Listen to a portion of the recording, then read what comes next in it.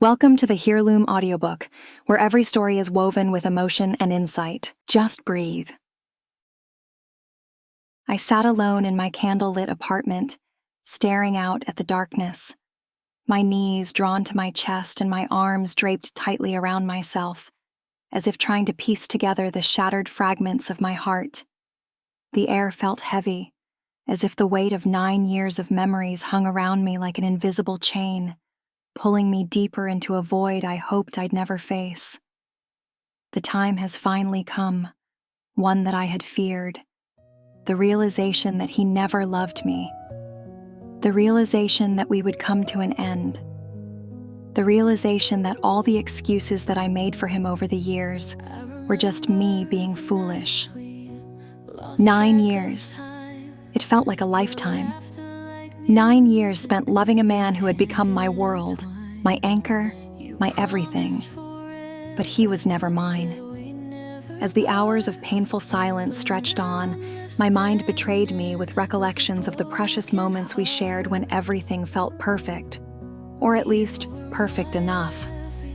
I remembered the spontaneous laughter when we spent time together, the way he'd hold me in his arms, the way he would look at me as if I was the only person that mattered, and the way he would protect me from the world's pain. 9 years. How could I have allowed myself to stay this long, so deeply intertwined in a love that never promised stability? I shifted uncomfortably, replaying the moments I now saw as warning signs. I had been patient, too patient. I waited for his life to settle, for his days to become mine. Standing in the shadows while he helped raise his kids, achieving his career aspirations, claiming his responsibilities, they had always been his focus, while my role was to quietly cheer him on from the sidelines, be his happiness and place of peace when things got hard. I told myself that love meant sacrifice, but I didn't realize how much of myself I'd sacrificed until it was already gone. Then came the self-recrimination, the shame, the guilt, the disappointment in myself, and the harsh internal monologue that played on repeat. Patience. How much patience had I displayed, waiting for scraps of his attention, for a glimpse of a future that never materialized? The tension that I felt trying to be on call for him, to please him, avoiding arguments because of the weight that was on his shoulders.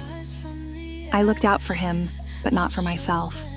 I thought to myself, just breathe. I had patiently allowed myself to be relegated, take a lowered position in his life to the periphery of his life, a supporting character in the drama of his children, his manipulative ex who used the kids as pawns to control him, and his demanding career. "But I love you," I'd text, my voice barely audible as I typed the words above the drumming rain. "I love you too, Sarah," his response, gentle words through his text. But it's not enough. The geographical distance, our separate apartments, convenient justifications for his absence. Why hadn't I questioned it? Why hadn't I demanded more, insisted on a real partnership, a shared life, a visible testament to our relationship? My silence, my compliance, had been a slow, self-inflicted erosion of my self-worth. There were no photos of me at his house, no trace of my existence in his world. To protest would have been outside of my character, because I believe in trust. I trusted him to be faithful. I trusted him to love me like I'd loved him. So, forcing me into his world would have been wrong. I should have used my power and walked away. I thought to myself, just breathe. He never visited my home either, but that was because it wasn't important to him. Obviously. My own foolish optimism had blinded me. The reality of the situation was in the front of my mind. He never loved me. My illusion of a shared future, carefully constructed over 9 years, was just in my mind. It had crumbled under the weight of falsehoods and deception. He avoided topics to remove decision-making about our relationship, or lack thereof. A place of pretend, a delusion in my mind, a falsehood that was not based on reality. It's all so clear now. My love was taken for granted by a man who protected his heart, but left mine broken. I was alone, and the silence in my apartment was a symbol of my awakening. The air felt heavy with betrayal.